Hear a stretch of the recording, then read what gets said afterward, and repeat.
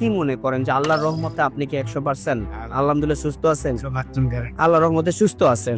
আচ্ছা, উনি যখন অসুস্থ অবস্থায় ছিলেন তখন উনি কোনো কাজকর্মই করতে পারতেন না, উঠতে পারতেন না, বসতেও পারতেন না, সব অবস্থায় থাকতে হতো না। আল্লাহর রহমতে বর্তমানে উনি সম্পূর্ণরূপে সুস্থ আছে। এজ এ রিপোর্ট অনুযায়ী শারীরিক এবং মানসিক সব দিক থেকে উনি আলহামদুলিল্লাহ অনেক ভালো আছেন। আসসালামু আলাইকুম রহমতুল্লাহি ওয়া বারাকাতুহু। আমি doctor Mohammad Aslam, DHMH BHB Dhaka, BHMH on course Dhaka বিশ্ববিদ্যালয়। বর্তমানে বিশ্বনন্দিত ক্যান্সার চিকিৎসক অধ্যক্ষ ডক্টর এস এম সারোয়ার স্যারের চেম্বার গণস্বাস্থ্য হোমিওতে এজ এ ক্যান্সার চিকিৎসক হিসেবে নিয়োজিত আছি। প্রতিনিয়তই আমরা বিভিন্ন ক্যান্সার রোগীদের রিভিউ নিয়ে থাকি। আজকেও তদ্রুপ আপনাদের সামনে আমি একটা ক্যান্সার রোগীর রিভিউ নিতে যাচ্ছি, যিনি কিনা আমাদের এখানে দীর্ঘ 7 মাস চিকিৎসা করে আজকে 8ম মাসে আসছেন। চলুন আমরা সরাসরি রোগীর মুখ থেকে শুনি রোগীর কি কি প্রবলেম ছিল, রোগীর কি হয়েছে বা কি আসার বিষয়। আসসালামু আলাইকুম। আসসালামু আলাইকুম। ওয়ালাইকুম আসসালাম। ভাইজান কেমন আছেন আপনি? আছি আলহামদুলিল্লাহ। রোগী আপনার কি হয়? আমার বাবা। আপনার বাবা। আপনাদের চিটাগাং এর বাসিন্দা? জি। আচ্ছা, চিটাগাং এর ভাষা আমাদের একটু বুঝতে অনেক সমস্যা হয়, বিধায় কথা আপনি বলবেন, এই তো? আচ্ছা ভাইজান, আপনার নাম কি? আমার নাম মিজান। আপনার বাবার নাম? আব্দুল আজিজ। আপনাদের বাড়ি কোথায়? আমার বাড়ি চট্টগ্রাম কর্ণফুলীতে। চট্টগ্রাম কর্ণফুলীতে। সিকলবাহা আদর্শপাড়া। আদর্শপাড়া হলো গ্রাম? জি। গ্রাম হলো আদর্শপাড়া। নাম কি ইউনিয়ন নাম? সিকলবাহা। সিকলবাহা। এটা কর্ণফুলীতে পড়ছে, চিটাগাং? জি জি। আচ্ছা, চিটাগাং এর ওখানে গিয়ে এই নামে আমরা যদি খোঁজ করি, আপনাদের বাড়ির নাম জানি কি বললেন? আমাদের আব্দুল আলী সিকদারের নতুন বাড়ি। আব্দুল আলী সিকদারের নতুন বাড়ি? জি। আচ্ছা, উনি আপনার বাবা সর্বপ্রথম কি সমস্যা ভাবে আক্রান্ত ছিলেন, কেন আপনারা হসপিটালে গেছিলেন? সর্বপ্রথম গলায় প্রবলেম হইতো, খাওয়ার দাওয়ার খাইতে সময় মনে হইতো ওনার কিছু একটা বাঁচতেছে জি গলার মধ্যে। জি। হঠাৎ রমজান 25 বা 26 রমজানের দিকে এটা ফেটে যায়। কত সালে? এই গত রমজানে। গত রমজানে? জি। আচ্ছা, ফেটে যায় ওটা। ফেটে যাওয়াতে ওইখান থেকে তুতুর মতো কিছু একটা জিনিস বের হয়। বের হওয়ার পরে কয়েকদিন উনি এত কেয়ার করে নেই। আচ্ছা। হঠাৎ জ্বালা পোড়া শুরু হয়। জি। জ্বালা পোড়া শুরু হওয়াতে আমরা একটা ডাক্তার দেখাইছিলাম।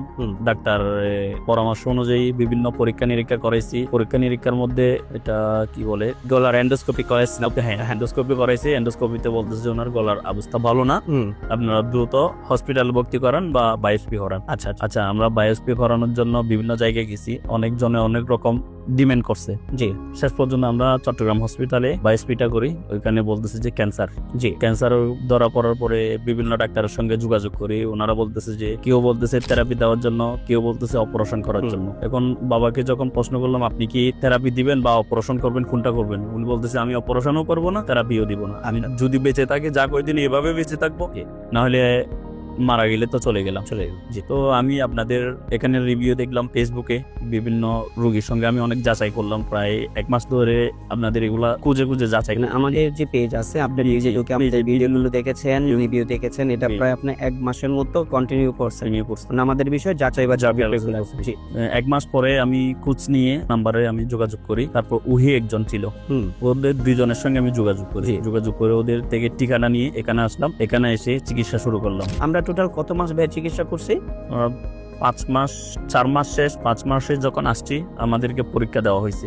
মানে আমরা যখন সব রোগীকেই বলি যে আপনারা 4 মাস আমাদের এখান থেকে ওষুধ খাবেন, 4 মাস ওষুধ খাওয়ার পরে আমরা পুনরায় আপনাদের পরীক্ষাগুলো করব। তো আমরা পরবর্তীতে 4 মাস ওষুধ শেষ করছি। শেষ করে 5ম মাসে যখন আপনি আসছেন, তখন আমরা আপনাকে কিছু পরীক্ষা নিরীক্ষা দিয়েছি, এবং সেই পরীক্ষার রিপোর্ট অনুযায়ী আল্লাহর রহমতে আমরা যখন পুনরায় যে পরীক্ষাগুলো দিচ্ছি, সেই পরীক্ষাগুলোতে ক্যান্সারিয়াস যে মার্কার আছে, আমরা এজটা ক্যান্সার নির্ণয় করতে গেলে যে মার্কারগুলো আমরা পরীক্ষা করি, সেই মার্কারগুলো আমরা পরীক্ষা করে দেখলাম যে আল্লাহর রহমতে এটা সম্পূর্ণরূপে নরমাল আছে। ওনার ব্লাডের কিছু প্রবলেম ছিল, সেটা সম্পূর্ণরূপে আলহামদুলিল্লাহ নরমাল আছে। ওনার প্রস্রাবে কিছু সমস্যা ছিল, সেটাও সম্পূর্ণরূপে নরমাল। এবং সর্বোপরি আমরা একটা আলট্রাসোনোগ্রাম করছিলাম, হোল বডি, ফুল অ্যাবডোমিনের একটা আলট্রাসোনোগ্রাম করছি, আলহামদুলিল্লাহ সেই রিপোর্টটাও নরমাল। এবং কিডনির যত প্রবলেমগুলো ছিল, যেমন ক্রিয়েটিনিন, এরপরে আপনার এসজিপিটির এই সমস্ত রিপোর্টগুলো কিডনি এবং লিভারের, এটিতে আলহামদুলিল্লাহ উনি সম্পূর্ণরূপে সুস্থ আছে। 4র্থ মাসে ওষুধ শেষ করার পরেই 5ম মাসে উনি সুস্থ আছে। এটা আল্লাহর কাছে হাজার হাজার শুকরিয়া।